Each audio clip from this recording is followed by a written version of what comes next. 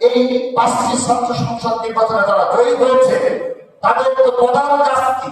তাদের প্রধান কাজ হলো আপনার সেই কেন্দ্রীয় ছাত্র সংসদে এবং হল সংসদে যারা নির্বাচিত হয়েছে আপনারা অনেক ইশতেহার পেয়েছেন, আপনারা অনেক ইশতেহার দিয়েছেন। আপনার প্রধান দায়িত্ব হলো এই সংখ্যালঘুগুলো যে ইশতেহার দিয়েছে সেই ইশতেহার বাস্তবায়ন হয়েছে কিনা তার প্রদর্শনের ব্যবস্থা করো। আমরা আপনার সাথে দেখবো এক একজন 10-15টা করে ইশতেহারে আপনারা কমিটমেন্ট করছেন যারা স্টুডেন্ট আছে, একটি কমিটমেন্ট আপনারা বাস্তবায়ন করবেন। আপনার সেগুলোকে তাদের কাছে জবাব দিতে আগ্রহ নিয়ে আসেন।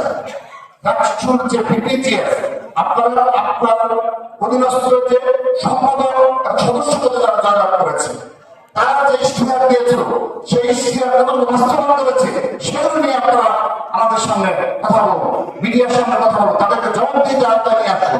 কিন্তু আমরা দেখতে পাচ্ছি অনেক সদস্য অনেক সম্পাদক সাধারণ শিক্ষার্থীদের সাথে আড়ালে সাধারণ শিক্ষার্থীরা তাদেরকে আপনারা ভেবেছে না কোনো কাজে তাদের সাথে পাওয়া যাচ্ছে না। শুধু তাই নয়, হল সংসদে যে প্রক্রিয়ায় নির্বাচিত হয়ে থাকুক না কেন হলের বিপিজিএস পর্যায়ে অনেক রয়েছে যাদেরকে জেনারেল স্টুডেন্ট চিন না সেই হলের শিক্ষার্থীরা চেনে না।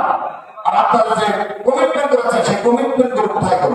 কোথায় কোনো হলের সেই পরিবর্তন আমরা লক্ষ্য করছি না, আমরা তো খুঁজে যাচ্ছি।